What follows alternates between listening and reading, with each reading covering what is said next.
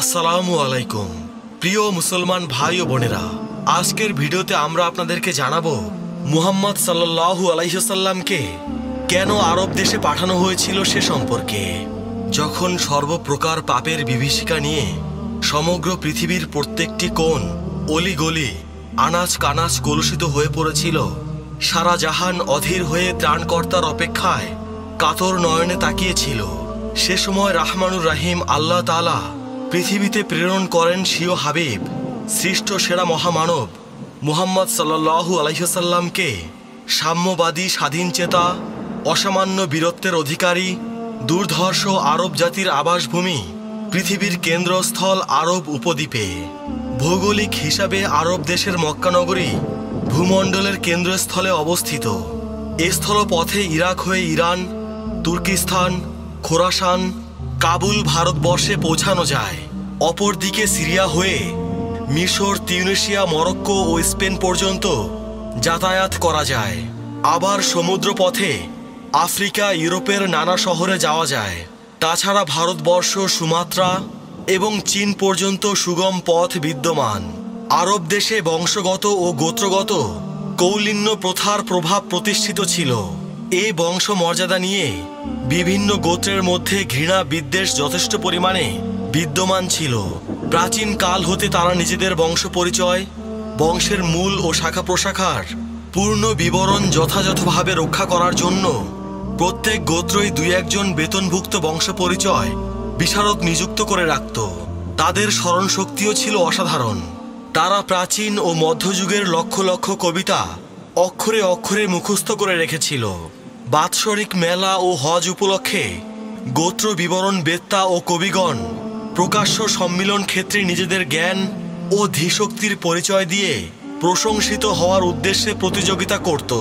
পবিত্র কাবা গৃহকে তারা নিজেদের শ্রেষ্ঠতম ধর্ম মন্দির বলে বিশ্বাস করত। তারা প্রতি বৎসর মক্কায় সমবেত হয়ে হজ ব্রত পালন করত। এ পবিত্র ঘরের রক্ষণাবেক্ষণ, কাবাস্থিত ঠাকুর দেবতাগণের পূজা করা, তাদেরকে ভোগাদি দেওয়া, হজ যাত্রীদের পানাহার ও বাসস্থানের তত্ত্বাবধান করা তাদের নিকট সবচাইতে গৌরবজনক কাজ ছিল। এ গৌরবজনক কাজের অধিকারী ছিল একমাত্র মক্কাবাসী কুরাইশগণ।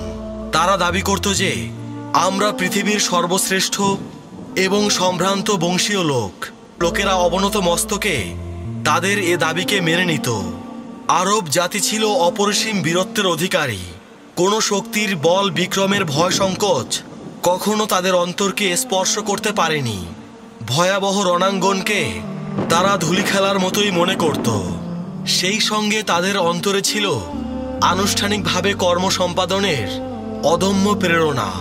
এজন্যই তারা শুধু পারস্য ও রোম সাম্রাজ্যের বিরুদ্ধে নয়, বরং দুনিয়ার সমস্ত জাতি ও রাজ্যের বিরুদ্ধে একসঙ্গে যুদ্ধ ঘোষণা করতে সক্ষম হয়েছিল এবং অতি অল্প সময়ের মধ্যেই একদিকে ভারত এবং অপরদিকে স্পেন ও ফ্রান্স পর্যন্ত ইসলামের বিজয় পতাকা উড্ডীন করতে পেরেছিল। অতিথি সেবা এবং প্রতিবেশীদের জন্য আত্ম উৎসর্গ করা ছিল তাদের একটি বিশেষত্ব।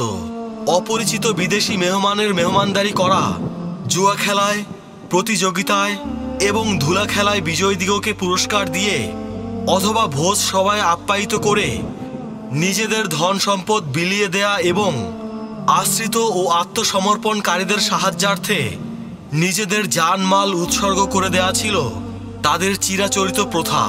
পৃথিবীর সমস্ত অনাচার ও অবিচারের প্রতিকার ও প্রতিবিধান করার জন্য যে মহামানবের আগমন হবে এমন দেশে আবির্ভূত হওয়া ছিল সমীচীন।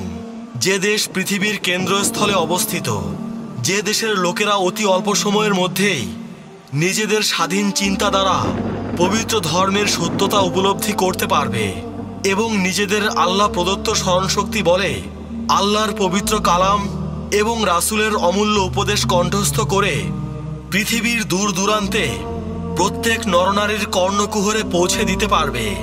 এজন্যই সর্বজ্ঞ আল্লাহ তাআলা তার প্রিয় হাবিব, সমগ্র জগতের ত্রাণকর্তা শেষ নবীকে প্রেরণ করলেন আরবের মক্কা নগরীতে।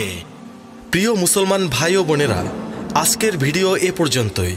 আল্লাহ রাব্বুল আলামিন আমাদের সবাইকে হিদায়াত দান করুন। আমিন।